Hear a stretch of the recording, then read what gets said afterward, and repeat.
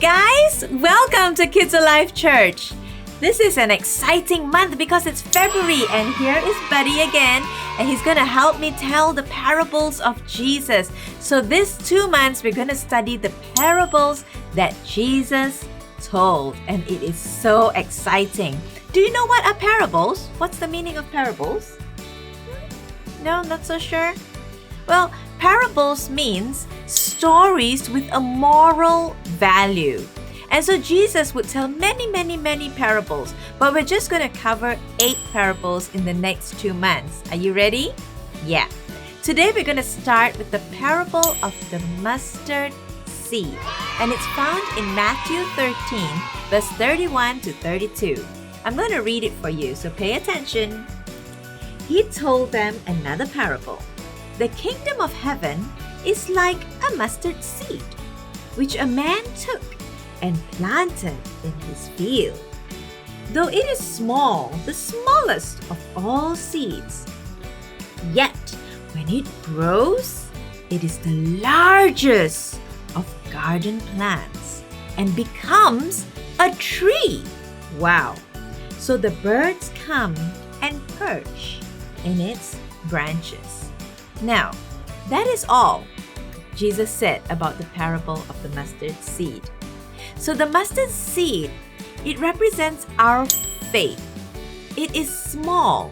So Jesus is saying, no matter how small your faith is, God can bless it and it will become a huge tree. It will bless those around you. Just like that mustard tree grows and the birds can come and sit on the branches and have a good time.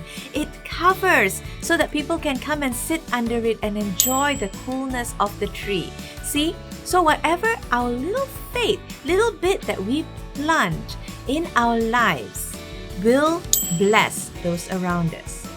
Amen? Now, in our Christian walk, sometimes we may feel we are the minority. That means there's only like 1 Christian in my whole class or 2 Christians in my whole school. We are small, we are little. But you know what? That mustard seed was little. That mustard seed was small, but it blessed those around. Amen?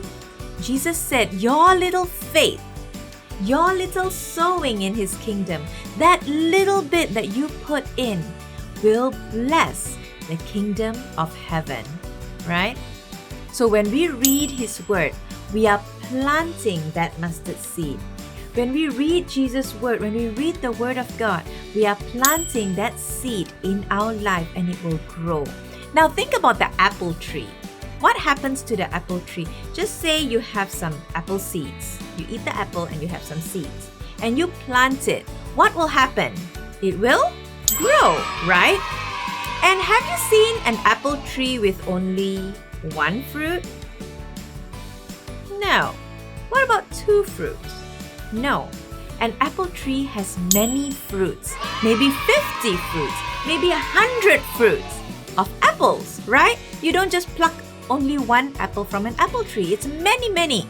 That's the same way.